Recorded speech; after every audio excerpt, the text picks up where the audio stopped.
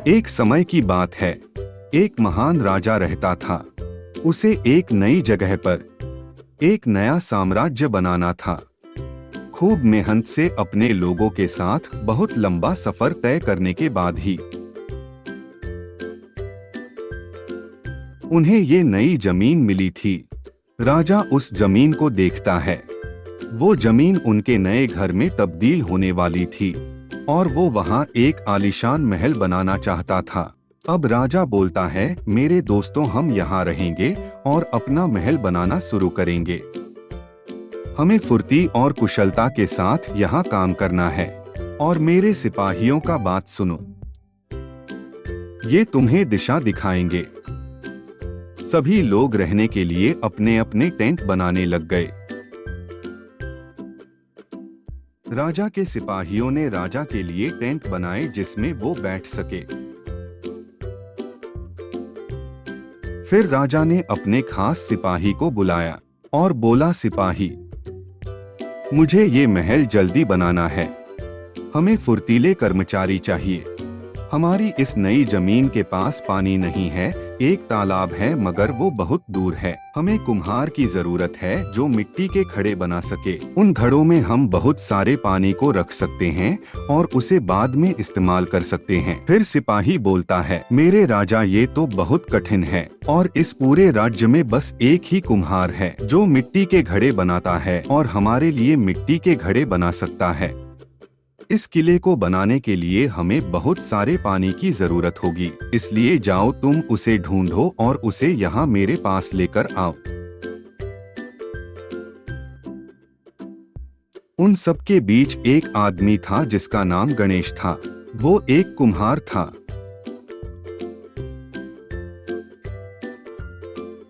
वह अपने छत को बना ही रहा था कि राजा के खास सिपाही अपने सिपाहियों के साथ आ गया।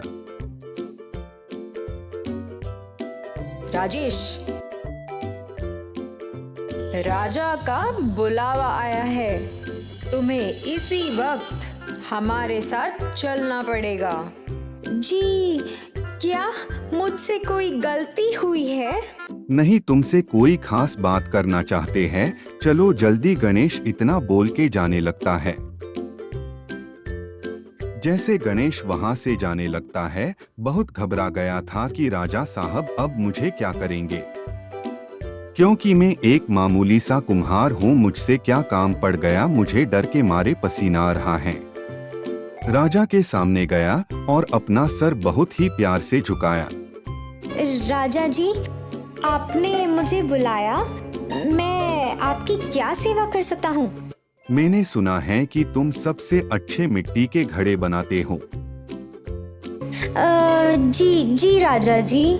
मैंने ये भी सुना है कि तुम यहाँ का सबसे अच्छा और मजबूत मिट्टी के घड़े बना लेता है। मेरे पास एक काम है, वो भी तुम्हारे लिए। तुम अपना सारा हुनर लगा दो, मगर सबसे जरूरी है फुर्ती। गणेश को टेंट के बाहर लेकर आया और उसको अपना काम जल्दी से बता देता है।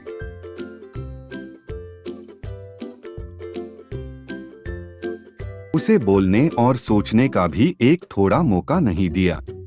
इसमें बहुत ही ज्यादा टाइम लगेगा, क्योंकि वो बेचारा अकेला था, लेकिन अपना चिंतित को हटाकर अपना काम पर लग गया।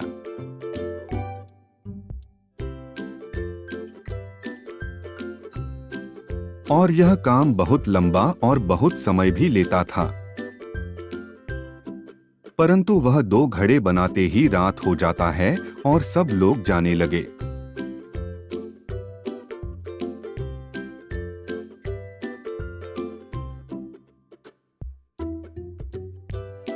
जैसे सुबह हुई, उसके अगले दिन वो खास सिपाही गणेश के टेंट में गया। गणेश, जल्दी उठो गणेश।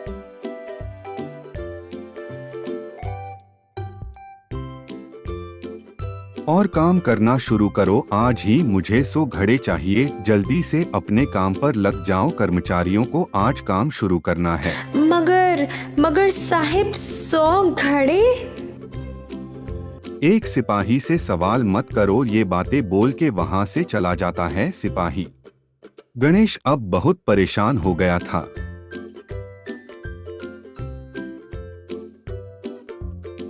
वह एक दिन में 100 घड़े नहीं बना सकता था। वो जल्दी से चिकनी मिट्टी को लिया और अपना काम शुरू किया। आधा दिन बीत गया था और कर्मचारी उसके पास आकर घड़े लेने लग गए। उसने बहुत मुश्किलों से कुछ ही घड़े बनाए थे, पर वो सब उसने उनको दे दिए जिसमें वो थोड़ा सा पानी तो ला सके। सिपाही ने गणेश को थोड़े से कर्मचारियों को घड़े देते हुए देख लिया था। अगर तुमने फुर्ती नहीं दिखाया तो तुम मुसीबत में पड़ जाओगे। राजा ने तुम्हें हुक्म दिया है और तुमने अगर इसका पालन नहीं किया स्वयं तुम्हें राजा के पास ले जाऊंगा। जैसे सिपाही वहां से जाता है, गणेश गुस्सा हो जाता है और जितने भी बनाए थे मिट्टी के घड़े सब तोड़ने लगता है। मुझे इन घड़ों से नफरत है। मैं 100 के 100 घड़े तोड़ दूंगा। इसीलिए कहते हैं सब करना, किसी का गुलामी मत करना। एक गांव में एक छोटे से सड़क किनारे एक छतरी वाला का दुकान था। उसका नाम लाल मोहन था। लाल मोहन बहुत गरीब था, लेकिन उनका मेहनत और ऊंचा सोच के वजह से वो अपने इन कामों से कामयाब हो गए थे। मोहन के दुकान के सामने लोगों की पसंदीदा जगह बन गया था, क्योंकि उनके दुकान में छतरियों को बनाते हुए देखना भी अच्छा लगता था गांव के लोगों को। लाल मोहन का जीवन भर में छतरियों के साथ गुजरा था। मोहन के पिता भी एक छतरी वाले थे और मोहन के पिताजी मोहन को छतरियों को बेचने के कारोबार सिखाया था। मोहन के पास बचपन से ही छतरियों के बारे में बहुत ज्ञान और समझ थी। वो जानते थे कि छतरियों का यूज बरसात और धूप के तापमान में भी काम आते हैं। एक दिन जब बरसात का मौसम था, मोहन ने छतरियों वाले दुकान को खोल दिया। उन्होंने कई रंग बिरंग के छतरियों को पहले से ही बना के रख लिया था।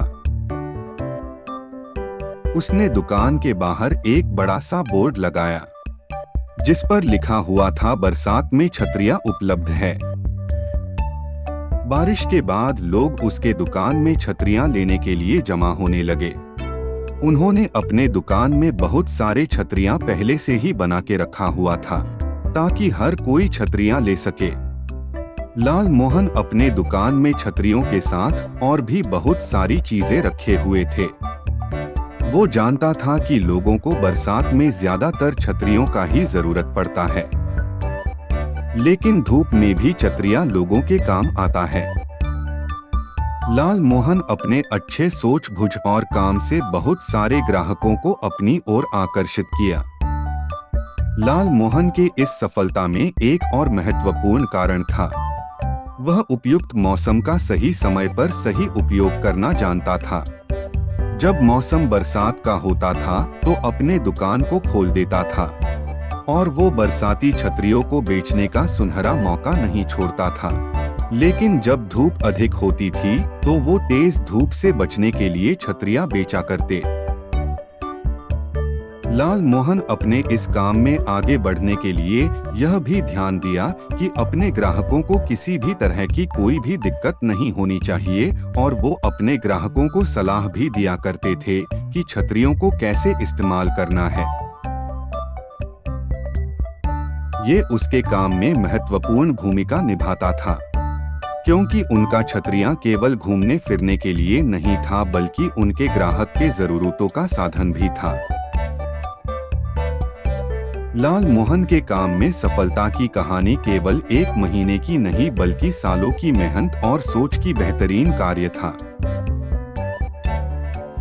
उसने बरसात और धूप के मौसम में अपने ग्राहकों की जरूरत को समझा और उन्हें धूप और बरसात से बचने के लिए सही समय पर सही छतरियों को दिया। वो अपने कड़ी मेहनत और शानदार कामों से लोगों के बीच अपना एक अलग ही पहचान बना लिया।